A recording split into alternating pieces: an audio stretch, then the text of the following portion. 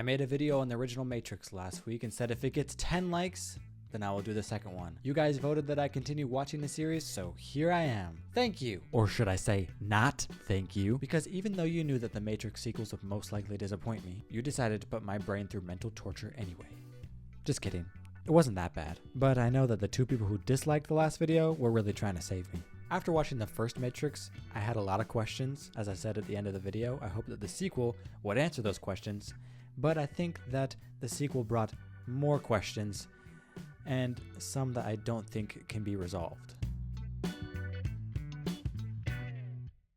After watching this movie, The Matrix Reloaded, I have 3 burning questions. Number 1, where did the old guy go they introduced at the beginning? Number 2, why are the Jedi Council in this movie? And number 3, will I ever learn to jump as high as the extras do in this movie?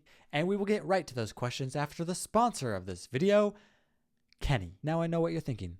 Who's Kenny? Well, Kenny is a 22-year-old male Caucasian living in the United States of America. He is also my brother.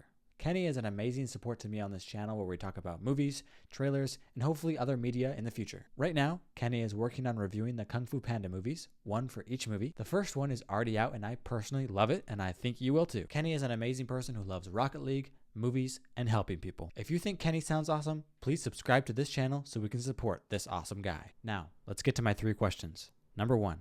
Where did the old guy they introduced at the beginning go? So in The Matrix Reloaded, the second movie of the franchise, the movie tries to expand the plot and the world building by adding a few characters. I really like the new character Link, even though he's just a replacement of the guy from the first movie, his brother-in-law, Tank. Link did a good job. But then they added this old guy into the movie who's supposedly the leader of the people who have exited the Matrix, the leader of what they call Zion. This character kind of disappointed me because I like seeing Morpheus as the top dog. Why not make him the leader? I thought that was a valid question, so I watched the movie hoping they would incorporate this new character well. Oh, what?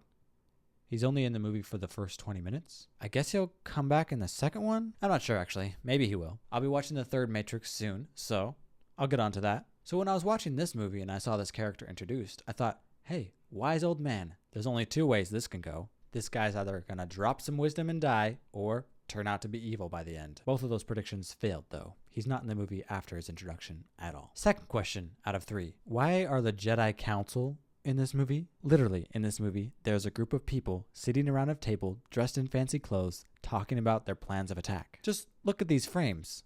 Does that not make you think of Star Wars? Someone reminded me in the comments last time that the first Matrix came out the same year as Phantom Menace, so possibly it was being influenced by this?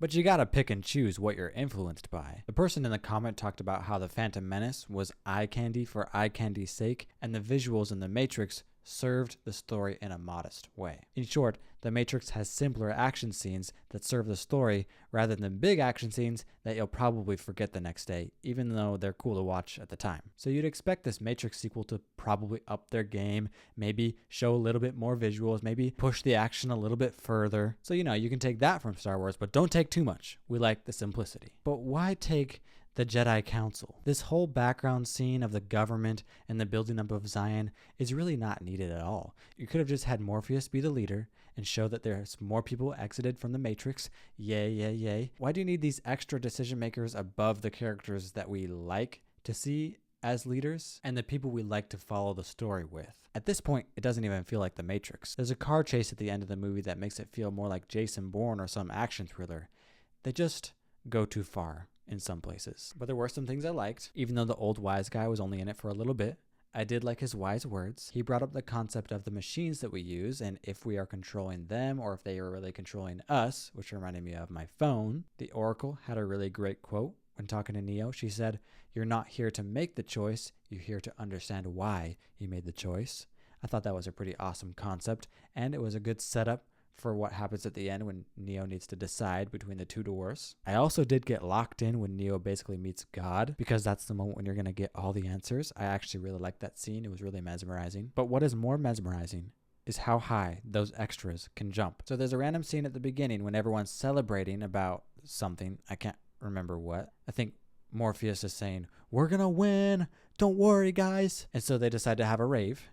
And at this rave, people are just jumping really high. That's what people do when they exit the Matrix and have parties. They just love to jump. It just made me think about the actors coming in to audition to be the extra on the Matrix. Hi, I'm here to audition to be an extra in the Matrix Reloaded. Jump, please. Next. Dang it. Hello, I am here to audition. Jump, please. Okay. You got the part. Yes. So there you go. That's my review of the second Matrix Reloaded. If this video gets 15 likes, then I will do the third one. Subscribe.